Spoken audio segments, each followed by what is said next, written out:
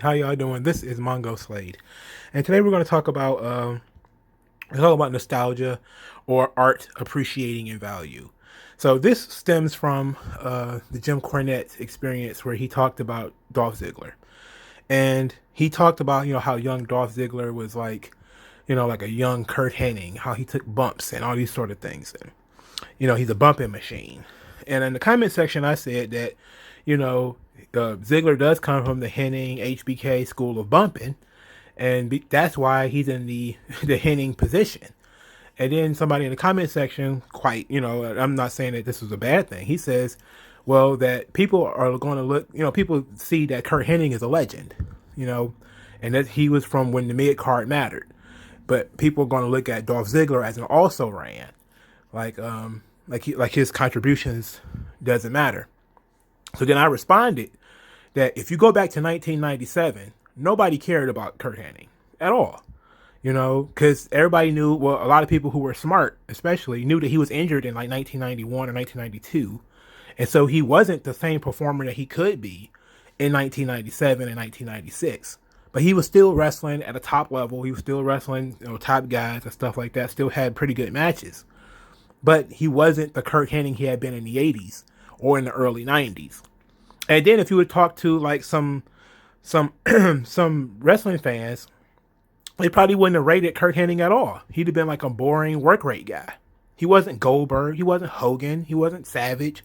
He wasn't Steve Austin. He wasn't The Rock. So when people say stuff like that, you say, well, what about at the time? How many people really respected what Kurt Hennig was doing at the time versus people who respect what they do now?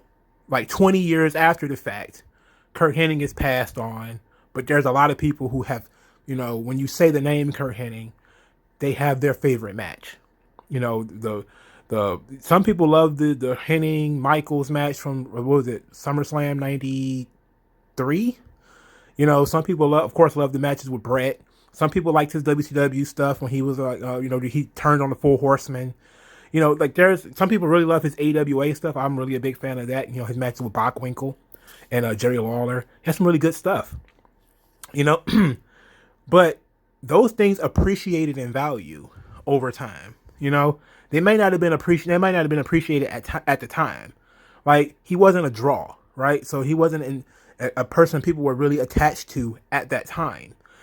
But over time, I think more people, as they started to study wrestlers, study work, they don't really go back and watch a lot of the people who were in the main events. And I think that that's kind of become a normal thing. Like I've heard like Bill Goldberg say, like, when he goes back and watches old matches, he watches like the cruiserweight stuff. And the cruiserweight stuff is like the opening match, somewhere tucked away in the middle. Like most people like me or something like that. Like if you go back and watch the old WCW pay-per-views, you really love the mid card. Because a lot of those guys, the Dean Malenkos, the Eddie Guerreros, the Chris Jerichos, the Ultimo Dragons, those guys were putting in work. But those were not the guys you paid to see. So if those guys weren't there, most of the audience didn't care. Most of the audience wouldn't have gave a shit if Eddie Guerrero never appeared on a pay-per-view again. They were there to see Hogan. Even if it was just to see Hogan versus Piper, and Piper was terrible at the time. Yes, Roddy Piper was terrible in WCW. Okay? But when you look at things from 20 years in the past, or 20 years into the future, the Rey Mysterios and the Juventud Guerreros, they were lighting it up. They were having really good matches, and they were barely getting crowd reaction in some of them. Barely. And they were kicking ass. So that's about, art appreciating in value. It's not just nostalgia. And that's kind of what I wanted to think about is it just nostalgia and that you go back and watch old stuff and you're like, oh, this is really good because it's old? It's like, no. I've seen old stuff where I'll be like, I don't think it's all that good. It's just old. Versus, it might not have been the best thing at the time when I was 11 years old and I saw it. I didn't think much of it. But now I'm 30. I'm like, damn, I love this shit. I've seen people do that with comic books, right? I've seen people say, well, comic books, this comic series, I didn't bother to read it at the time because I didn't care about it. I had a limited amount of money, limited attention span. I was only wanting to read X-Men, Spider-Man, and Wolverine. But then, you get older. Maybe you hate the comic books that are out now.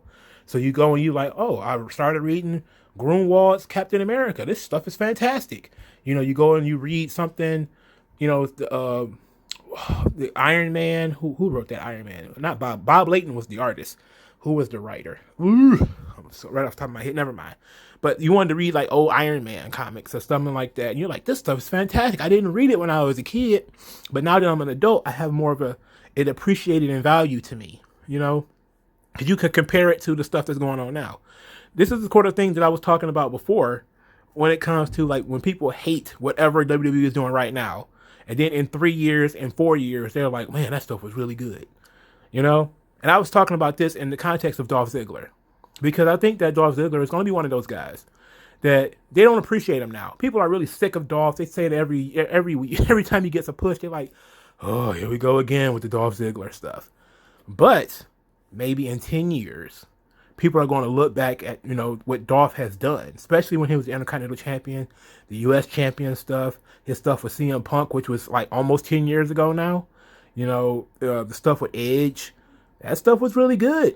I think a lot of people are going to look back at the era of people complaining about Dolph Ziggler and saying that he doesn't matter and he's a jobber, he's a mid-carder or whatever. And they're going to look back on it and be like, damn, this guy was putting in work. He was really good. And maybe we were being too hard on him.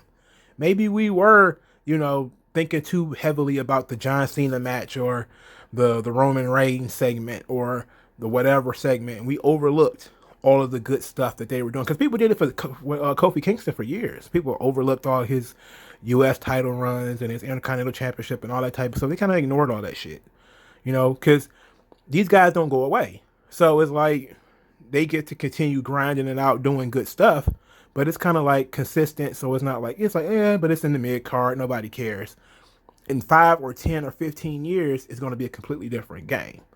You know, because I think that's really what happened with like Kurt Hennig and Rey Mysterio and Eddie Guerrero, definitely. Dean Malenko, William Regal, Steve Regal / Steve Regal, Stunning Steve Austin, you know, Rick Rude. There's a lot of guys where you go back and you look at the stuff that they were doing and you're like, damn, this guy was really good.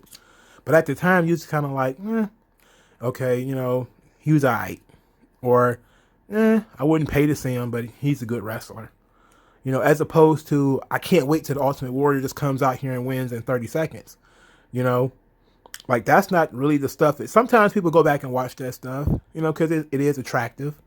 But what I think is, you know, especially wrestling fans, when you go back and you look at old pay-per-views, you're going to look at the work rate guys and really be impressed. And I think that's where their legacy is going to come in. Like they might not be the stars of the show, but their legacy is going to be that the guys that you go back and look at because their match is appreciated in value, because what they do is so much is good, it's so solid, and maybe it's not going to be a draw right now, but in the future, your art will appreciate in value. So what do you guys think? And this is not a comparison about which one is better or, you know, whether I think Dolph is the second coming of Kurt Hennig. No, I'm just saying that they're in the same position as far as being guys who are occasional main eventers, but mostly mid-carders at a time where people do not care about the mid-card. You know, like Kurt Hennig was the U.S. champion and nobody cared. You know, he was Goldberg's first pay-per-view opponent in the main event. It was Kurt Hennig and Goldberg. And you would hear people talk about, kind of whisper under their breath, like, Kurt Hennig? Why is he wrestling Goldberg in the main event of a pay-per-view? You know, because they didn't appreciate him. You know, he didn't even get a chance to do that in the WWE. You know, he wrestled Hogan and stuff like that, but it was on like on Saturday night's main event. You know, he probably had like a run with a Warrior on the main event or something like that. He didn't really get like pay-per-view main events against these guys. But it's a similar situation. Of course, there was more opportunities for Dolph, you know, because there was more shows, so you can go back and forth.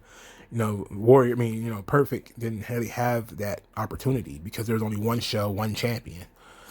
But it's not a comparison between the two. It's just me saying that certain people, you enjoy them in the moment. You know, The Rock, the Steve Austin, you know, Kurt Angle to a degree. They make stuff that people are like, oh, that's so great, it's so awesome. It's the draw. The people you come in to see, Hogan. But then there's the people you say stole the show in 10 years. You know, like people who go back and say like, damn, that was the match of the show, and it's nowhere near the main event. You know, and it might not even be a spectacle like a ladder match or something like that. It could just be two guys going in the ring working.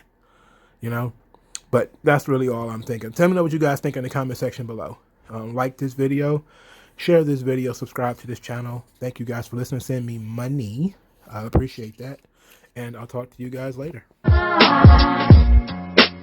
I can paint the dawn with the sunrise.